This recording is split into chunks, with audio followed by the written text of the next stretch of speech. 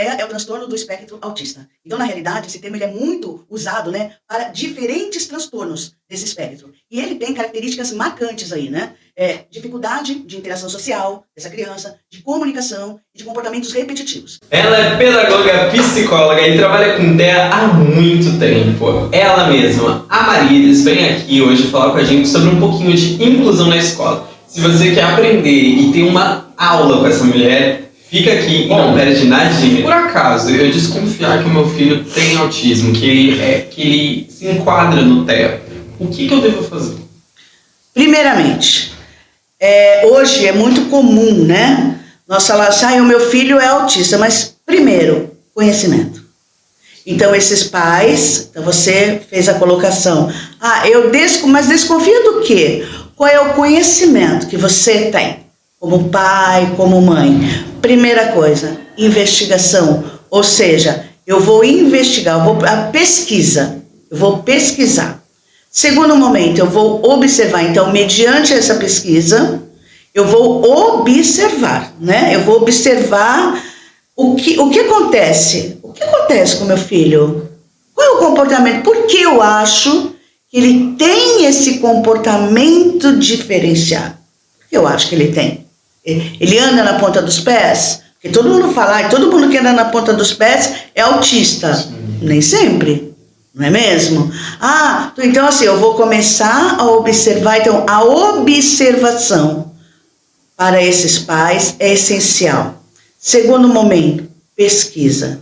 Terceiro momento, procurar um especialista. Quem esses pais vão procurar?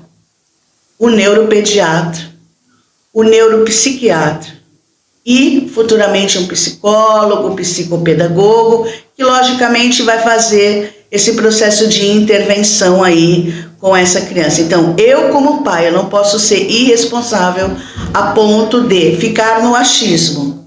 Então, primeiro eu tenho que entender o que é o TEA. Eu tenho que me organizar, eu tenho que buscar essas informações, né?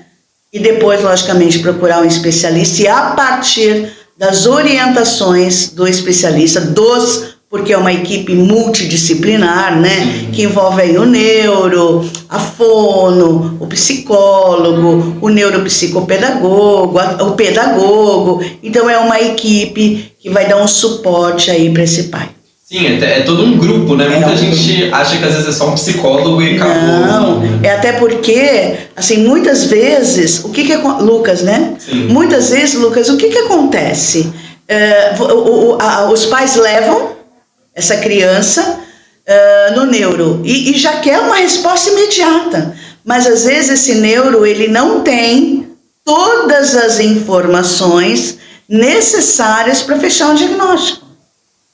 E o pai é imediatista, né? Os pais, eles querem uma resposta para ontem. Sim. Não, porque vem a queixa da escola, se essa criança estiver na escola, vem as observações da psicopedagoga, vem todo um processo aí para que possa fechar. Uma coisa importante, quem fecha esse diagnóstico? Somente os médicos. E, por acaso, tem uma idade para que seja feito esse diagnóstico? Alguma idade mínima ou não? Você desconfia, vai atrás de conhecimento e depois que você vai procurar, eles já podem falar com qualquer idade? O autismo, TEA, né? Geralmente é um transtorno que é diagnosticado aonde? Na infância. Então, nós entendemos que sempre nós precisamos observar o que, Lucas? Os sinais. Por isso, volto lá no conhecimento. Eu não tenho como observar algo que eu desconheço. Então, não existe, né, uma idade fixa. Eu vou fazer esse diagnóstico com 1 ano, com 2 anos, porque hoje nós já conseguimos, até por várias pesquisas aí, né, realizadas, que o choro do bebê autista é um choro diferenciado, é um choro abafado, é um choro, vamos dizer assim, nós entendemos que a criança, ela chora, ela está com fome, quando nós conhecemos a nossa criança, ela está com fome, ela chora de uma forma. Ela está com cocô, xixi, né? Ela está incomodada, ela chora de uma outra forma. Ela quer brincar com você, ela chora de uma outra forma. O autista tem um único choro, porque ele não tem intencionalidade de comunicação. Percebe? E não existe uma idade fixa ali. Não, olha, geralmente, né, essas observações são feitas. Por quê, Lucas? Porque nós temos aí graus de comprometimento do TEA, né? Leve, intermediário e severo. Então eu entendo, se é uma criança com autismo severo, é óbvio que eu vou, né, observar isso, porque ela vai ter muita dificuldade de comunicação, muita dificuldade de interação social. Então, na realidade, eu vou perceber isso mais cedo. Então, vai nos seus 12 meses, nos primeiros meses. Se é uma criança com autismo leve, automaticamente ela entra nesse quadro o quê? De desenvolvimento normal, uma coisinha ou outra que você observa, mas quando ela vai para a escola, aí tem uma característica marcante que é a integração, que é essa interação social, que ela vai ter muita dificuldade. Então não existe assim uma idade que você fale assim, não, é essa idade que eu vou fazer o diagnóstico do autismo. Entre todos esses graus, como é que eu pratico a inclusão deles dentro de uma escola? Então, Lucas, a integração, hoje, quando a gente fala, né, da inclusão, nós estamos falando de algo muito delicado. Por quê? Porque essa criança, ela não precisa estar na escola, ela precisa ser inclusa nessa escola, né?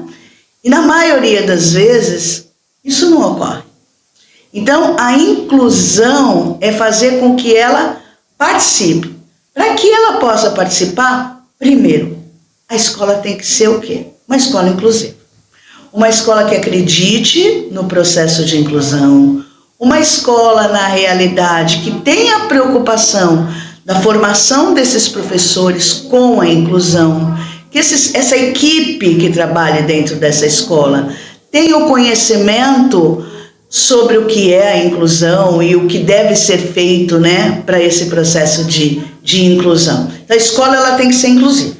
Sim. Tá? Se não é uma escola inclusiva, não tem como nós fazermos esse diagnóstico aí. Então, assim, para mudar essa visão, né, em alguns momentos, o que acontece?